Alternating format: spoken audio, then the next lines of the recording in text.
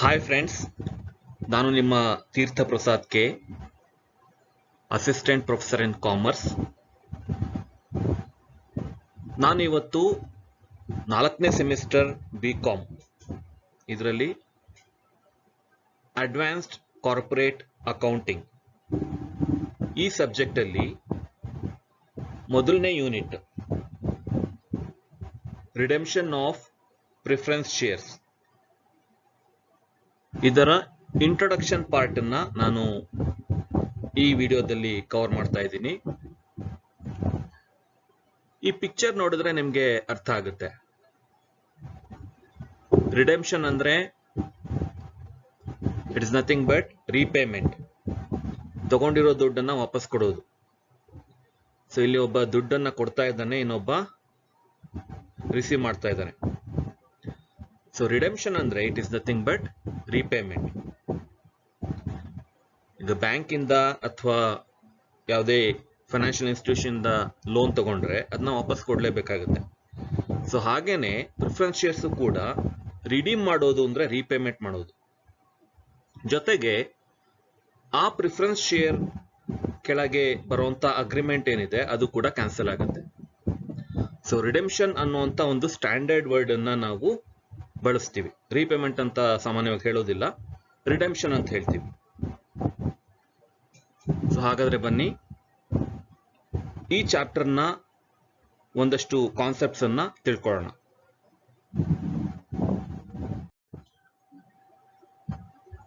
ಆದ್ರೆ ಅದಕ್ಕೂ ಮುಂಚೆ ಈ ಕ್ಲಾಸ್ನ ಕೆಲವೊಂದು ಆಬ್ಜೆಕ್ಟಿವ್ಸ್ ಅನ್ನ ತಿಳ್ಕೊಬೇಕಾಗತ್ತೆ. ಈ ಕ್ಲಾಸ್ ಅನ್ನ ಕಂಡಕ್ಟ್ ಮಾಡ್ತಾ ಇರೋದು 3 ಉದ್ದೇಶಗಳೊಂದಿಗೆ. ಕಲಿಕೆ ಅನ್ನೋದು ಹೊರೆ ಆಗ್ಬಾರ್ದು. ನಾವು ಎಂಜಾಯ್ ಮಾಡ್ತಾ ಮಾಡ್ತಾ ರಂಜನೆ ಜೊತೆಗೆ ಕಲಿಕೆ ಕೂಡ ಆಗ್ಬೇಕು. ಸೊ ಅದರಿಂದ ಫನ್ ಲರ್ನಿಂಗ್. ಸೊ ಕಲಿಕೆಯನ್ನ ಒಂದು ಆಟ ಮಾಡ್ಕೊಳ್ಳಿ, ಒಂದು ಫನ್ ಮಾಡ್ಕೊಳ್ಳಿ, ಎಂಟರ್ಟೈನಿಂಗ್ ಆಗಿರ್ಲಿ ಅನ್ನೋ ಉದ್ದೇಶ ಇದೆ. ಮತ್ತೆ ಪ್ರಾಕ್ಟಿಕಲ್ ಗ್ರಾಸ್ಪ್. ಥಿಯರಿಟಿಕಲ್ ನಾಲೆಡ್ಜು ಅಷ್ಟು ವರ್ಕೌಟ್ ಆಗೋದಿಲ್ಲ ರಿಯಲ್ ವರ್ಲ್ಡ್ ಅಲ್ಲಿ. ನಿಮ್ಗೆ ಪ್ರಾಕ್ಟಿಕಲ್ ನಾಲೆಡ್ಜ್ ಕೂಡ ಇರಬೇಕಾಗುತ್ತೆ. ಈಗ ಇಲ್ಲಿ ಮಾಡೋ ಅಕೌಂಟ್ಸೇ ಬೇರೆ ತರ ಇರುತ್ತೆ. ನೀವು ಕಾರ್ಪೊರೇಟ್ ಸೈಡ್ ಹೋಗಿ ಅಲ್ಲಿ ನೀವು ಏನಾದ್ರೂ ಫೈನಾನ್ಷಿಯಲ್ ಸ್ಟೇಟ್ಮೆಂಟ್ಸ್ ಇದೆಲ್ಲ ಚೆಕ್ ಮಾಡಿದ್ರೆ ಅದೇ ಬೇರೆ ತರ ಇರುತ್ತೆ, ಬೇರೆ ಫಾರ್ಮ್ಯಾಟ್ ಅಲ್ಲಿ ಇರುತ್ತೆ. ಸೊ ಆದ್ರಿಂದ ನೀವು ಥಿಯರಿಟಿಕಲ್ ಇನ್ಫಾರ್ಮೇಶನ್ ನ ಕಲಿಯೋದ್ರ ಜೊತೆಗೆ ಪ್ರಾಕ್ಟಿಕಲ್ ಗ್ರಾಸ್ ಕೂಡ ಮಾಡಿದ್ರೆ ನಿಮ್ಗೆ ಮುಂದೆ ವರ್ಕ್ ಎನ್ವಿರಾನ್ಮೆಂಟ್ ಅಲ್ಲಿ ಏನು ಕಷ್ಟ ಆಗೋದಿಲ್ಲ. ಮತ್ತೆ exam readiness. Exam point of view ಇಂದನೂ ನಾವು ಯೋಚನೆ ಮಾಡಬೇಕು. ಸೊ ಅದು ಕೂಡ main. So previous year question papers, model question papers, ಬೇರೆ ಬೇರೆ ವೆರೈಟಿ ಪ್ರಾಬ್ಲಮ್ಸು, ಸೊ ಇದನ್ನೆಲ್ಲ ಕೂಡ ನಾನು ಕವರ್ ಮಾಡ್ತಾ ಇದ್ದೀನಿ. ಸೊ ಇದಕ್ಕೆ ಮೆಟೀರಿಯಲ್ಸ್ನ ಕೂಡ ನಾನು ರೆಡಿ ಮಾಡ್ತಾ ಇದ್ದೀನಿ. ಸೊ ಬನ್ನಿ ಈ ರಿಡೆಂಪ್ಷನ್ ಆಫ್ ಪ್ರಿಫರೆನ್ಸ್ ಶೇರ್ಸ್ ಅನ್ನುವಂಥ ಯೂನಿಟ್ ಅನ್ನ ಶುರು ಮಾಡೋಣ.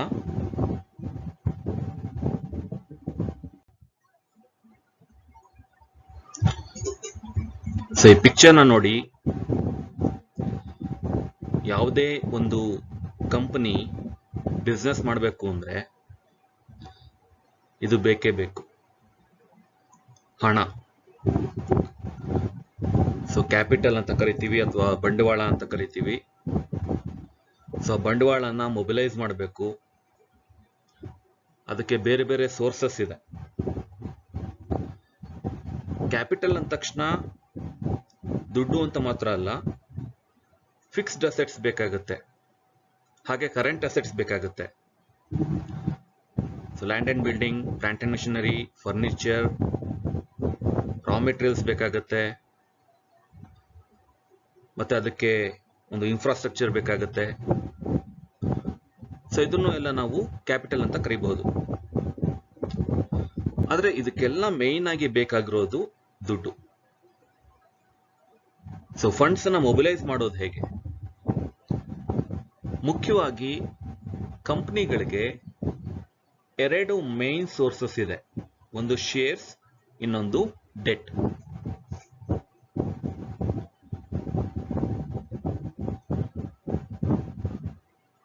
ಸೊ ಬಹುಶಃ ಇದನ್ನ ಆಲ್ರೆಡಿ ನೀವು ಕೇಳಿರ್ತೀರಾ.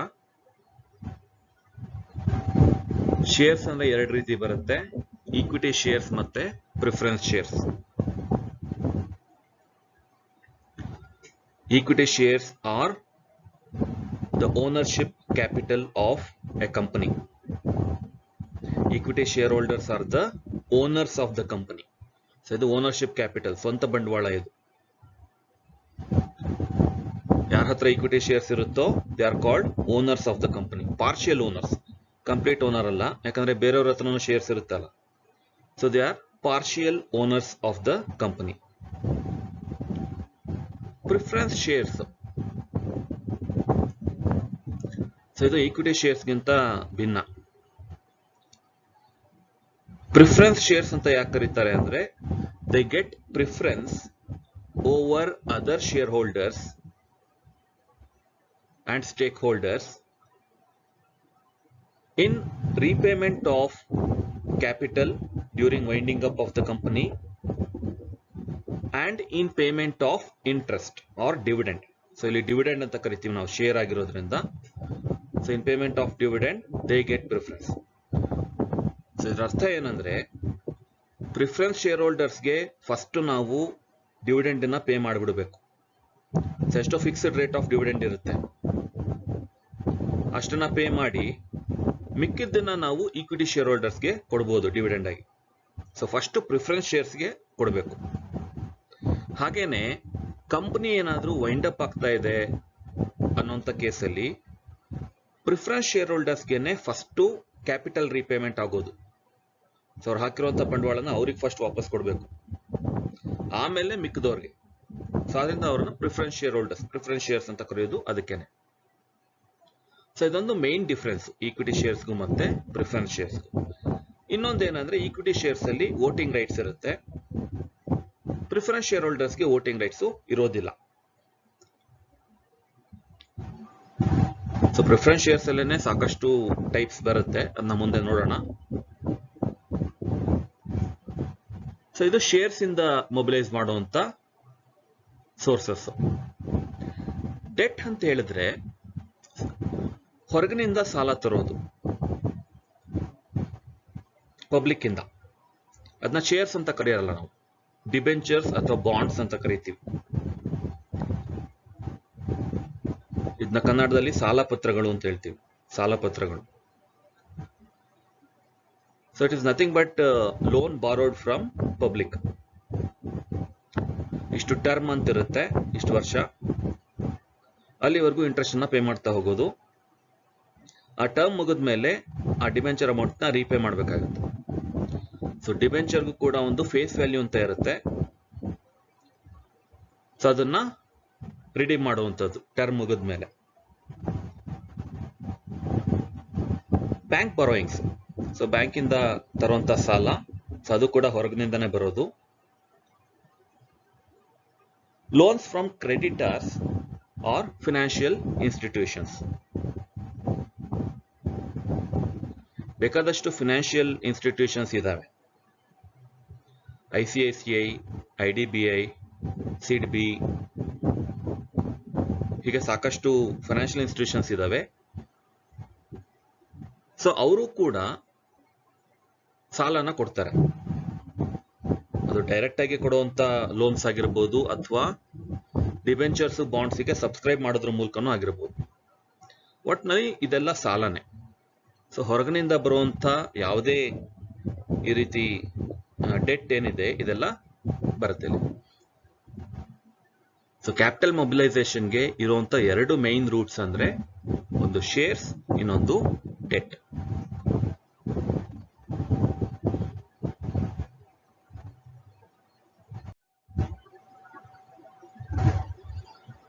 ಸೊ ಇದು ಪ್ರಿಫರೆನ್ಸ್ ಶೇರ್ಸ್ ಚಾಪ್ಟರ್ ಆಗಿರೋದ್ರಿಂದ ನಾವು ಪ್ರಿಫರೆನ್ಸ್ ಶೇರ್ಸ್ ಬಗ್ಗೆ ಇನ್ನೂ ಜಾಸ್ತಿ ತಿಳ್ಕೊಳ್ಳೋಣ.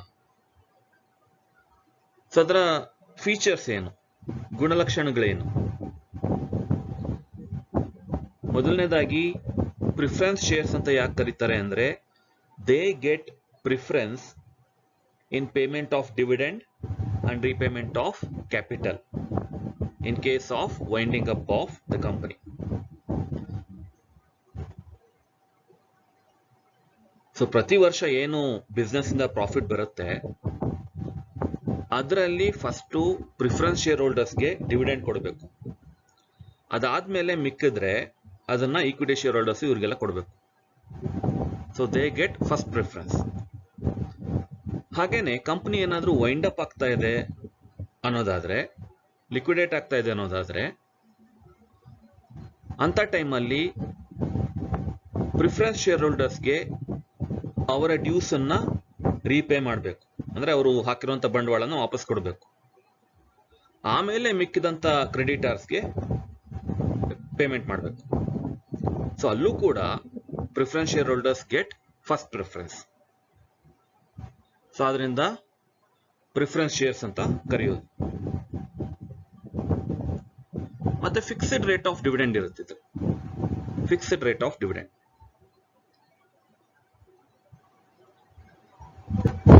ಯೂಶಲಿ ಇದನ್ನ ಸೆಮಿ ಆನ್ಯುಯಲಿ ಅಥವಾ ಆನ್ಯುಯಲಿ ಪೇಮೆಂಟ್ ಮಾಡ್ತಾರೆ. ಪ್ರಿಫರೆನ್ಸ್ ಶೇರ್ಸ್ ಮೇಲೆ ಡಿವಿಡೆಂಡ್ ಅನ್ನ redeemable after a fixed period. So preference ಶೇರ್ಸ್ಗೆ ಒಂದು ಟರ್ಮ್ ಅಂತ ಇರುತ್ತೆ, 5 years 10 years. ಸೊ ಹಾಗೆ ಒಂದು ಟರ್ಮ್ ಅಂತ ಇರುತ್ತೆ. ಸೊ ಅದು ಮುಗಿದ ಮೇಲೆ ಆ ಕ್ಯಾಪಿಟಲ್ನ ಪ್ರಿಫರೆನ್ಸ್ ಶೇರ್ ಹೋಲ್ಡರ್ಸ್ಗೆ ವಾಪಸ್ ಕೊಡಬೇಕು. ಸೊ ರಿಡೀಮಬಲ್ ಅಂದ್ರೆ ಇಲ್ಲಿ ರೀಪೇಯಬಲ್ ಅಂತ ಅಷ್ಟೇನೆ. ಸೊ ರಿಡೀಮಬಲ್ ಅಂದ್ರೆ ಅದು ಸ್ಟ್ಯಾಂಡರ್ಡ್ ವರ್ಡ್.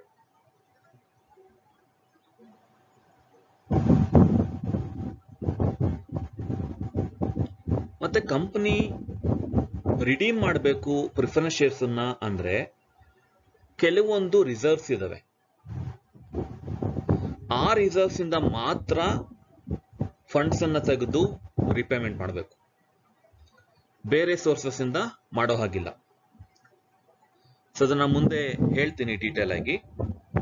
ಸೊ ಕೆಲವೊಂದು ಈಗ ಕ್ಯಾಪಿಟಲ್ ರಿಸಂಪ್ಷನ್ ರಿಸರ್ವ್ ಅಂತ ಮಾಡಿರ್ತಾರೆ, ಕ್ಯಾಪಿಟಲ್ ರಿಸಂಪ್ಷನ್ ರಿಸರ್ವ್, ಅಥವಾ ಯಾವುದೇ ಡಿವಿಸಿಬಲ್ ಪ್ರಾಫಿಟ್, ಯಾವುದೇ ಸರ್ಪ್ಲಸ್. ಸೊ ಅದರಿಂದ ಪ್ರಿಫರೆನ್ಸ್ ಶೇರ್ ಹೋಲ್ಡರ್ಸ್ಗೆ ರಿಪೇಮೆಂಟ್ ಮಾಡಬಹುದು. ಸೊ ಕಂಪನೀಸ್ ಆಕ್ಟ್ ಪ್ರಕಾರ ಕೆಲವೊಂದು ತರದ ರಿಸರ್ವ್ಸ್ ಇಂದ ಮಾತ್ರ ಪ್ರಿಫರೆನ್ಸ್ ಶೇರ್ ಹೋಲ್ಡರ್ಸ್ಗೆ ರೀಪೇಮೆಂಟಿಗೆ ಫಂಡ್ಸ್ ಅನ್ನ ತೆಗೆದಿಡಬೇಕು.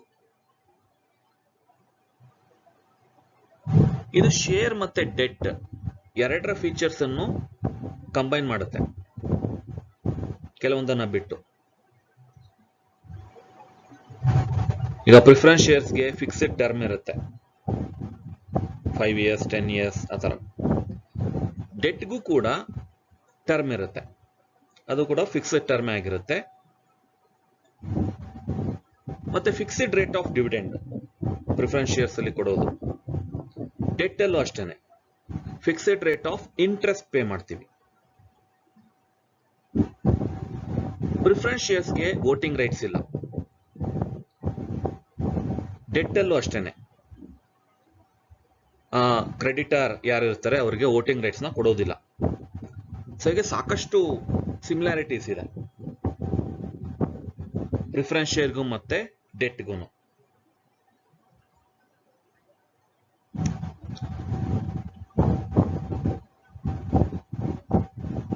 ಮುಖ್ಯವಾದ ಅಂಶ ಏನಂದ್ರೆ ಇದರಲ್ಲಿ ವೋಟಿಂಗ್ ರೈಟ್ಸ್ ಇಲ್ಲ.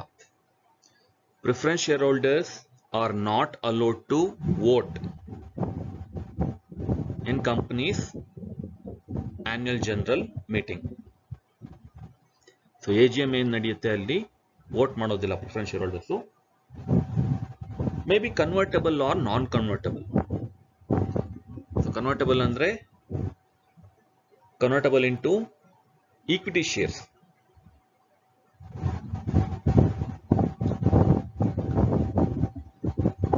ನಾನ್ ಕನ್ವರ್ಟಬಲ್ ಅಂದ್ರೆ they are not convertible into equity shares.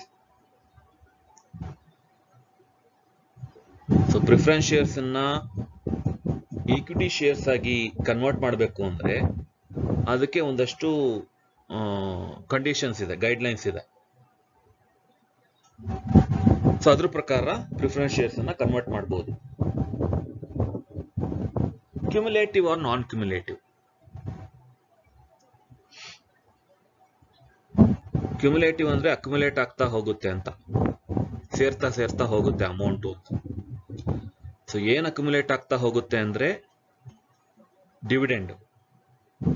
So preference shares ಮೇಲೆ ಕಟ್ಟುವಂತ ಫಿಕ್ಸ್ಡ್ ರೇಟ್ ಆಫ್ ಡಿವಿಡೆಂಡ್ ಏನಿದೆ, ಅದೇನಾದ್ರೂ ಒಂದು ವರ್ಷ ಏನೋ ಲಾಸ್ ಆಯ್ತು, ಕಟ್ಟೋಕಾಗ್ಲಿಲ್ಲ ಅಂದ್ರೆ ಅದನ್ನ ಮುಂದಿನ ವರ್ಷ ಕಟ್ಟಬೇಕಾಗುತ್ತೆ. ಮುಂದಿನ ವರ್ಷನೂ ಕಟ್ಟಕ್ಕಾಗ್ಲಿಲ್ಲ ಅಂದ್ರೆ ಅದ್ರ ಮುಂದಿನ ವರ್ಷ. ಒಟ್ನಲ್ಲಿ ಅದು ಅಕ್ಯುಮುಲೇಟ್ ಆಗ್ತಾ ಹೋಗುತ್ತೆ. ಯಾವ್ದಾದ್ರೂ ಒಂದು ವರ್ಷ ಕಟ್ಟಲೇಬೇಕು ಡಿವಿಡೆಂಡ್ ಅನ್ನ. ಸೊ ಅದನ್ನ ಕ್ಯುಮುಲೇಟಿವ್ ಅಂತೀವಿ. ನಾನ್ ಕ್ಯುಮುಲೇಟಿವ್ ಅಂದ್ರೆ ಆತರ ಅಕ್ಯುಮುಲೇಟ್ ಆಗದೆ ಇದ್ರೆ, ಒಂದು ವರ್ಷ ಡಿವಿಡೆಂಡ್ ಕಟ್ಟಕ್ಕಾಗ್ಲಿಲ್ಲ ಅಂದ್ರೆ ಅಲ್ಲಿಗೆ ಅದು ಅಕ್ಯುಮುಲೇಟ್ ಆಗೋದಿಲ್ಲ ಅಂತ.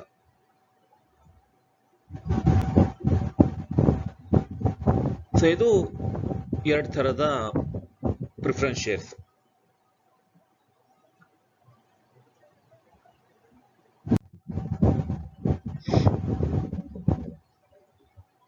ಸೊ ಈಗ ರಿಡೆಂಪ್ಷನ್ ಆಫ್ ಪ್ರಿಫರೆನ್ಸ್ ಶೇರ್ಸ್, ಇದರ ಮೀನಿಂಗ್ ಏನು ಅಂತ ನೋಡೋಣ. ತುಂಬಾ simple. Preference share capital amount ಏನಿದೆ ಅದನ್ನ ರಿಟರ್ನ್ ಮಾಡೋದು ಪ್ರಿಫರೆನ್ಸ್ ಶೇರ್ ಹೋಲ್ಡರ್ಸ್ಗೆ. ಸೊ ಏನಾದ್ರೂ ಆ ಫೇಸ್ ವ್ಯಾಲ್ಯೂ ಈಕ್ವಿವ್ಯಾಲೆಂಟ್ ಅಮೌಂಟ್ ಏನಾದ್ರೂ ಕೊಟ್ರೆ it is redemption at par. So par ಅಂದ್ರೆ ಇಲ್ಲಿ face value. So face value ಏನಿದೆ ಅದನ್ನ ವಾಪಸ್ ಕೊಡ್ತಾರೆ, ಜಾಸ್ತಿ ಏನು ಕೊಡೋದಿಲ್ಲ. ಅಟ್ ಪ್ರೀಮಿಯಂ ಅಂದ್ರೆ ಫೇಸ್ ವ್ಯಾಲ್ಯೂಗಿಂತ ಸ್ವಲ್ಪ ಜಾಸ್ತಿ ಕೊಡ್ತಾರೆ. So it is redemption at premium. ಒಟ್ನಲ್ಲಿ ಪ್ರಿಫರೆನ್ಸ್ ಶೇರ್ ಕ್ಯಾಪಿಟಲ್ ನ ಪ್ರಿಫರೆನ್ಸ್ ಶೇರ್ ಹೋಲ್ಡರ್ಸ್ಗೆ ವಾಪಸ್ ಕೊಡೋದು. ಕಂಪನೀಸ್ ಆಕ್ಟ್ ಪ್ರಕಾರ ಯಾವುದೇ ಪೇಡ್ ಅಪ್ ಶೇರ್ ಕ್ಯಾಪಿಟಲ್ ನ ರೀಫಂಡ್ ಮಾಡಬೇಕಾದ್ರೆ ಅಥವಾ ರಿಡೀಮ್ ಮಾಡಬೇಕಾದ್ರೆ ಕೋರ್ಟ್ ಪರ್ಮಿಷನ್ ಬೇಕೇ ಬೇಕು. ಯಾವುದೇ ಪೇಡ್ ಅಪ್ ಕ್ಯಾಪಿಟಲ್ ನ ಅಂದ್ರೆ ಫುಲ್ಲಿ ಪೇಡ್ ಅಪ್ ಕ್ಯಾಪಿಟಲ್ ನ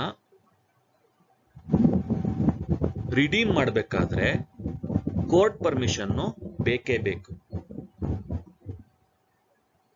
ಫುಲ್ಲಿ ಪೇಡ್ ಅಪ್ ಅಂದ್ರೆ ಇಲ್ಲಿ ಆ ಫೇಸ್ ವ್ಯಾಲ್ಯೂ ಪೂರ್ತಿ ಇಸ್ಕೊಂಡಿದ್ದಾರೆ ಶೇರ್ ಹೋಲ್ಡರ್ಸ್ ಇಂದ. ಫಸ್ಟ್ ಕಾಲ್, ಸೆಕೆಂಡ್ ಕಾಲ್, ಫೈನಲ್ ಕಾಲ್ ಅಂತೆಲ್ಲ ಇನ್ಸ್ಟಾಲ್ಮೆಂಟ್ಸ್ ಅಲ್ಲಿ ರಿಸೀವ್ ಮಾಡ್ತಾರಲ್ಲ ಅಮೌಂಟ್ ಅನ್ನ ಶೇರ್ ಹೋಲ್ಡರ್ಸ್ ಇಂದ, ಅದೆಲ್ಲ ಮುಗ್ದಾಗಿದೆ ಅಂತ. ಅವರು ಎಲ್ಲಾ ಇನ್ಸ್ಟಾಲ್ಮೆಂಟ್ಸ್ ಕಟ್ ಆಗಿದೆ. So it is fully paid up, fully paid by the shareholders. They have fully contributed to the capital of the company. So ಅದನ್ನ ನಾವು fully paid up capital ಅಂತ ಹೇಳ್ತೀವಿ. So fully paid up capital ನ ಏನಾದ್ರೂ redeem ಮಾಡಬೇಕು ಅಂದ್ರೆ court permission ಬೇಕೇ ಬೇಕು. ಆದ್ರೆ ಪ್ರಿಫರೆನ್ಸ್ ಶೇರ್ಸ್ ಇದಕ್ಕೆ ಎಕ್ಸೆಂಪ್ಷನ್. ಯಾಕೆ ಅಂದ್ರೆ ಪ್ರಿಫರೆನ್ಸ್ ಶೇರ್ಸ್ಗೆ ಯೂಶಲಿ ಟರ್ಮ್ ಇರುತ್ತೆ, 5 years, 8 years, 10 years ಹೀಗೆ. ಸೊ ಅಷ್ಟು ವರ್ಷ ಆದ್ಮೇಲೆ ಇದನ್ನ ರಿಡೀಮ್ ಮಾಡಲೇಬೇಕು. ಒಟ್ನಲ್ಲಿ ಪ್ರಿಫರೆನ್ಸ್ ಶೇರ್ಸ್ಗೆ ಒಂದು ಟರ್ಮ್ ಇರುತ್ತೆ, ಅದು ಇರ್ರಿಡೀಮಬಲ್ ಆಗೋಕ್ಕಾಗೋದಿಲ್ಲ. ಸೊ ಅದರಿಂದಾಗಿ preference shares are the exception. So preference shares ಏನಾದ್ರೂ ಫುಲ್ಲಿ ಪೇಡ್ ಅಪ್ ಕ್ಯಾಪಿಟಲ್ ಆಗಿದ್ರೆ ಅದನ್ನ ರಿಡೀಮ್ ಮಾಡಬಹುದು ವಿತೌಟ್ ಕೋರ್ಟ್ ಪರ್ಮಿಷನ್. ಯಾಕೆ ಅಂದ್ರೆ ಆ ರೀತಿ ಪ್ರಿಫರೆನ್ಸ್ ಶೇರ್ಸ್ಗೂ ಬೇಕು ಕೋರ್ಟ್ ಪರ್ಮಿಷನ್ ಅನ್ನೋದಾದ್ರೆ ಸಾವಿರಾರು ಕಂಪ್ನೀಸ್ ಇವೆ, ಸಾವಿರಾರು ಕಂಪ್ನೀಸ್ ಕೋರ್ಟ್ ಮುಂದೆ ನಿಂತ್ಕೋಬೇಕಾಗತ್ತೆ ಪರ್ಮಿಷನ್ಗೋಸ್ಕರ ರಿಡೀಮ್ ಮಾಡೋದಕ್ಕೆ. ಸೊ ಆಲ್ರೆಡಿ ಫಿಕ್ಸ್ಡ್ ಟರ್ಮ್ ಇದೆ, ಒಂದು ಲೋನ್ ರೀತಿ ಅದು. ಸೊ ಅದರಿಂದಾಗಿ ಅದನ್ನ ರಿಡೀಮ್ ಮಾಡಲೇಬೇಕು. ಸೊ ಕೋರ್ಟ್ ಪರ್ಮಿಷನ್ ಬೇಕಾಗಿಲ್ಲ. ಮತ್ತೆ ಇನ್ನೊಂದೇನಂದ್ರೆ ಇರ್ರಿಡೀಮಬಲ್ ಪ್ರಿಫರೆನ್ಸ್ ಶೇರ್ಸ್ ಅಂತ ಇರೋದಿಲ್ಲ ನಮ್ಮ ದೇಶದಲ್ಲಿ. ಸೊ ಇರ್ರಿಡೀಮಬಲ್ ಅಂದ್ರೆ ಲೈಫ್ ಟೈಮ್ ರಿಡೀಮ್ ಆಗೋದೇ ಇಲ್ಲ ಅಂತ. ಇಟ್ ಇಸ್ ನಾಟ್ ರೀಪೇಯಬಲ್ ಅಂದ್ರೆ ಇಂಡೆಫಿನೆಟ್ ಪೀರಿಯಡ್ ಆಫ್ ಟೈಮು ಆ ಶೇರ್ಸ್ ಕಂಟಿನ್ಯೂ ಆಗ್ತಾನೆ ಹೋಗುತ್ತೆ. ಇವ್ರು ಡಿವಿಡೆಂಡ್ ಕೊಡ್ತಾನೆ ಇರ್ತಾರೆ ಪ್ರತಿ ವರ್ಷ, ಸೊ ಕಂಟಿನ್ಯೂ ಆಗ್ತಾನೆ ಹೋಗುತ್ತೆ ಅಂತ. ಸೊ ಅದು ಇರ್ರಿಡೀಮಬಲ್. ಸೊ ಅದು ಇಲ್ಲ ಇಂಡಿಯಾದಲ್ಲಿ, ರಿಡೀಮಬಲ್ ಮಾತ್ರ ಇರೋದು.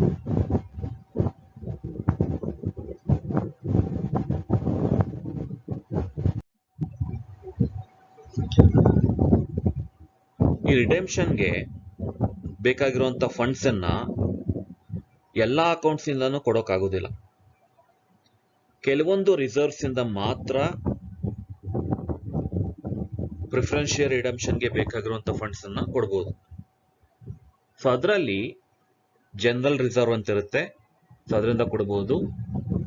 ಸೊ ಜನರಲ್ ರಿಸರ್ವ್ ಅಂದ್ರೆ it is for all purposes. So general fund ಅದು general reserve. Dividend equalisation fund, equity share ಹೋಲ್ಡರ್ಸ್ಗೆ ಆದಷ್ಟು ಸೇಮ್ ಅಮೌಂಟ್ ಆಫ್ ಡಿವಿಡೆಂಡ್ ಅನ್ನ ಅಥವಾ ಸೇಮ್ ರೇಟ್ ಆಫ್ ಡಿವಿಡೆಂಡ್ ಅನ್ನ ಕೊಡಬೇಕು ಅಂತ ಹೇಳಿ ಈ ತರ ಒಂದು ಫಂಡ್ ಅನ್ನ ಸೆಟಪ್ ಮಾಡಿರ್ತಾರೆ, dividend equalisation fund. So that equity share holders get same rate of dividend are same amount of dividend every year. So ಅದಕ್ಕೋಸ್ಕರ ಈ ಫಂಡ್ ಅನ್ನ ಸೆಟಪ್ ಮಾಡಿರ್ತಾರೆ. ಸೊ ಏನಾದ್ರು ಪ್ರಾಫಿಟ್ ಸಾಕಾಗ್ಲಿಲ್ಲ ಅಂದ್ರೆ ಈ ಫಂಡ್ ಇಂದ ತೆಗೆದು ಡಿವಿಡೆಂಡ್ ಅನ್ನ ಕೊಡ್ತಾರೆ. ವರ್ಕ್ಮನ್ಸ್ ಕಾಂಪನ್ಸೇಷನ್ ಫಂಡ್ ಅಂತ ಇರುತ್ತೆ. ಈ ವರ್ಕ್ಮನ್ಸ್ಗೆ ಏನಾದ್ರು ಆಕ್ಸಿಡೆಂಟ್ ಆಯ್ತು ಅಥವಾ ಡಿಸಬಿಲಿಟಿ ಆಯ್ತು, ಸೊ ಆತರ ಏನಾದ್ರು ಇದ್ರೆ ಒಂದು ಫಂಡ್ ಅನ್ನ ಕ್ರಿಯೇಟ್ ಮಾಡಿರ್ತಾರೆ. So workmen's compensation fund, so ಇದರಿಂದ ಕೊಡಬಹುದು. ಇನ್ಶೂರೆನ್ಸ್ ಫಂಡ್ ಇಂದ ಕೊಡಬಹುದು, ಇನ್ಶೂರೆನ್ಸ್ ಫಂಡ್ ಇಂದ.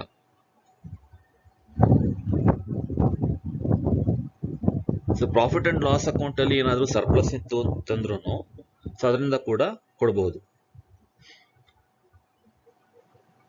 ಸೊ ಇದನ್ನೆಲ್ಲ ನಾವು ಡಿವಿಸಿಬಲ್ ಪ್ರಾಫಿಟ್ಸ್ ಅಂತ ಹೇಳ್ತೀವಿ. ಡಿವಿಸಿಬಲ್ ಪ್ರಾಫಿಟ್ಸ್ ಈ 5 ಫಂಡ್ ಕೂಡ ಬರುತ್ತೆ ಡಿವಿಸಿಬಲ್ ಪ್ರಾಫಿಟ್ಸ್ ಅಂದ್ರೆ.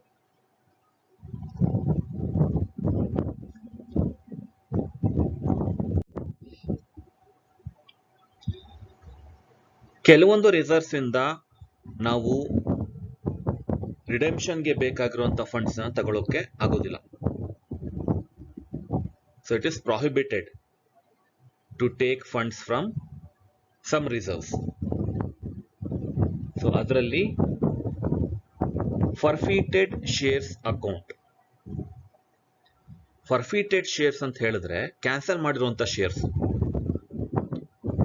ಈಗ ಶೇರ್ ಹೋಲ್ಡರ್ ಎಲ್ಲಾ ಇನ್ಸ್ಟಾಲ್ಮೆಂಟ್ಸ್ ಕಟ್ಟಬೇಕು, first call, second call, final call ಎಲ್ಲ ಕಟ್ಟಬೇಕು. ಸೊ ಯಾವುದೋ ಒಂದು ಇನ್ಸ್ಟಾಲ್ಮೆಂಟ್ ಅನ್ನ ಕಟ್ಟಲಿಲ್ಲ ಅಂದ್ರೆ ಅವ್ರಿಗೆ ನೋಟಿಸ್ ಕೊಟ್ಟು ಒಂದ್ ಸ್ವಲ್ಪ ಟೈಮ್ ಕೊಟ್ಟು ಏನಾದ್ರು ಕಟ್ಟಲಿಲ್ಲ ಅಂದ್ರೆ ಸೊ ಆ ಶೇರ್ಸ್ ಅನ್ನ ಫರ್ಫಿಟ್ ಮಾಡ್ತಾರೆ, ಅಂದ್ರೆ ಕ್ಯಾನ್ಸಲ್ ಮಾಡ್ತಾರೆ. ಸೊ ಅವನೇನಾದ್ರೂ ಇದುವರೆಗೂ ಏನೋ ಸ್ವಲ್ಪ ಅಮೌಂಟ್ ಕಟ್ಟಿದ್ದಾನೆ ಅಂದ್ರೆ ಅದನ್ನ ವಾಪಸ್ ಕೊಡೋದಿಲ್ಲ, ಅದನ್ನ ಮುಟ್ಟುಗೋಲ್ ಹಾಕೋತಾರೆ ಕಂಪ್ನಿಯವರೇನೆ.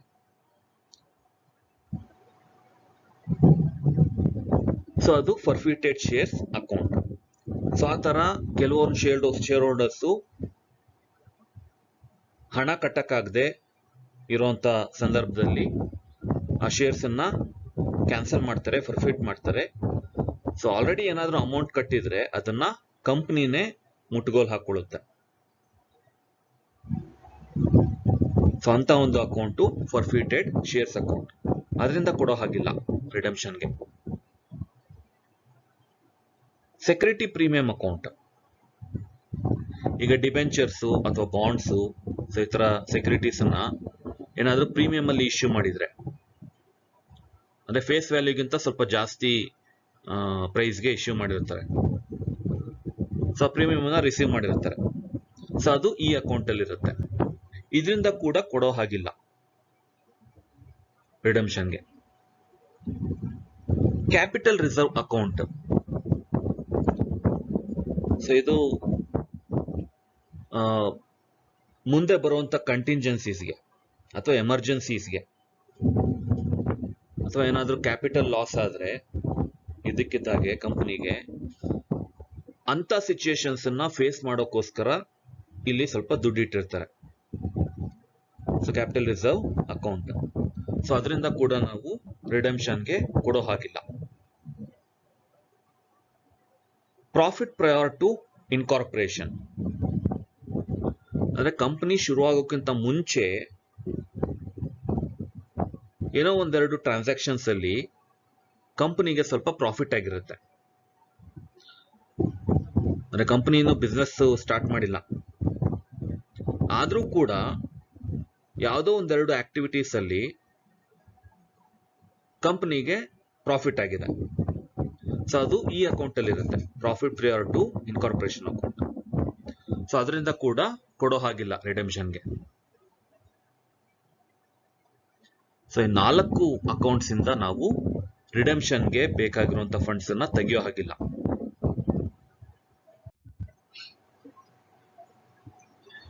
ಈಗ ಮತ್ತೊಂದು ಪ್ರಶ್ನೆ ಬರುತ್ತೆ,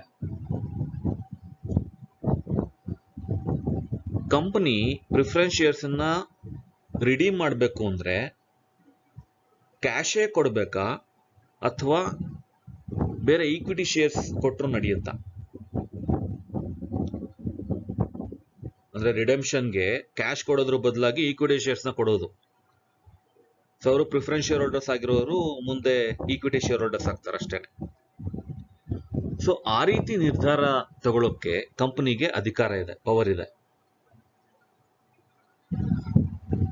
ಸೊ ಆ ಪ್ರಿಫರೆನ್ಸ್ ಶೇರ್ಸ್ ನಾಮಿನಲ್ ಅಮೌಂಟ್ ಏನಿದೆ, ಫೇಸ್ ವ್ಯಾಲ್ಯೂ ಅಮೌಂಟ್, ಸೊ ಅಷ್ಟಕ್ಕೆ ಈಕ್ವಿವ್ಯಾಲೆಂಟ್ ಆಗಿರುವಂತ ಈಕ್ವಿಟಿ ಶೇರ್ಸ್ ಅನ್ನ ಇಶ್ಯೂ ಮಾಡಬೇಕು.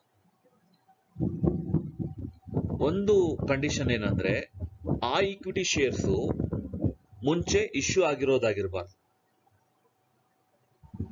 ಅಂದ್ರೆ ಫರ್ಫಿಟೆಡ್ ಶೇರ್ಸ್ ಆಗಿರಬಾರ್ದು, ಅಥವಾ ಈಗ ಎಕ್ಸಿಸ್ಟಿಂಗ್ ಶೇರ್ ಹೋಲ್ಡರ್ಸ್ ಇಂದ ಯಾವುದೋ ಒಂದಷ್ಟು ಶೇರ್ಸ್ ಅನ್ನ ಪರ್ಚೇಸ್ ಮಾಡಿ ಅದನ್ನ ಮತ್ತೆ ಇವರಿಗೆ ಇಶ್ಯೂ ಮಾಡೋದು, ಪ್ರಿಫರೆನ್ಸ್ ಶೇರ್ ಹೋಲ್ಡರ್ಸ್ಗೆ, ಆ ತರ ಆಗ್ಬಾರ್ದು. ಅದು ಮುಂಚೆ ಇಶ್ಯೂ ಆಗಿರಬಾರ್ದು, ಹೊಸದಾಗಿ ಕೊಡಬೇಕು ಈಕ್ವಿಟಿ ಶೇರ್ಸ್ ನ, ಎಕ್ಸಿಸ್ಟಿಂಗ್ ಆಗ್ಬಾರ್ದು. ಮತ್ತೆ ಡಿಬೆಂಚರ್ಸ್ ನ ಇಶ್ಯೂ ಮಾಡೋಲ್ಲ, ಡಿಬೆಂಚರ್ಸ್ ನ ಇಶ್ಯೂ ಮಾಡೋ ಹಾಗಿಲ್ಲ ಪ್ರಿಫರೆನ್ಸ್ ಶೇರ್ಸ್ ಅನ್ನ ರಿಡೀಮ್ ಮಾಡೋದಕ್ಕೆ.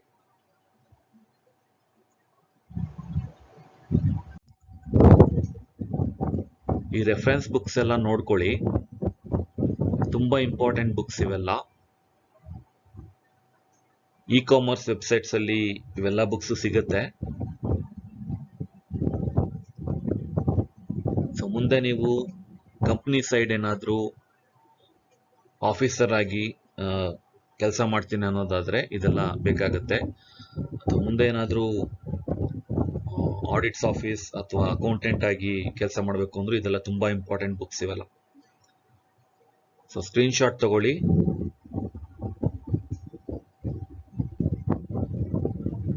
These are the best books available in market on corporate accounting.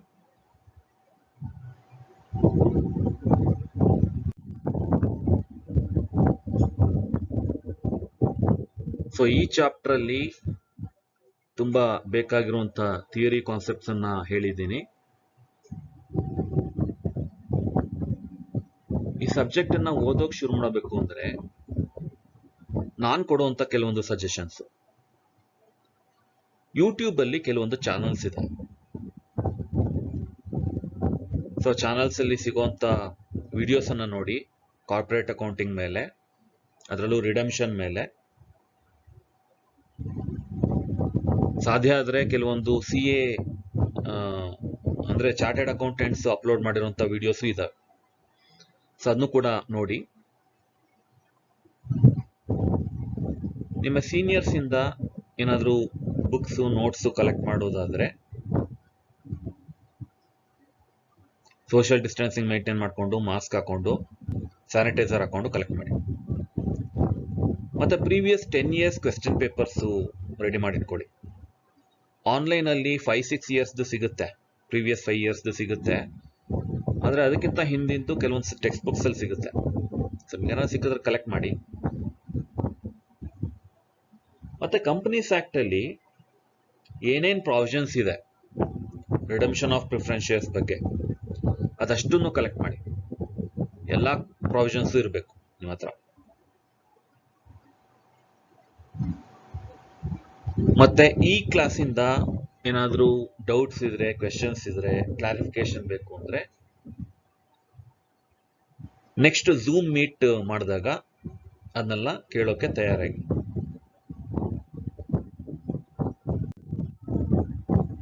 Thank you friends, ಇಷ್ಟೊತ್ತು ಪೇಷನ್ಸ್ ಇಂದ ಕೇಳಿದ್ದಕ್ಕೆ ತುಂಬಾ thanks.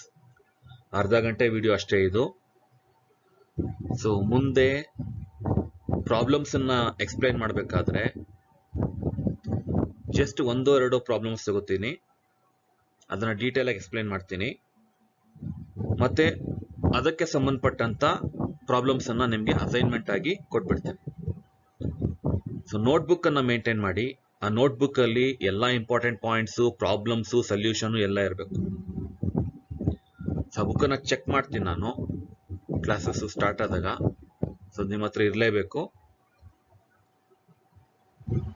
So all the best friends, celebrate learning, happy studies, keep smiling. Thank you.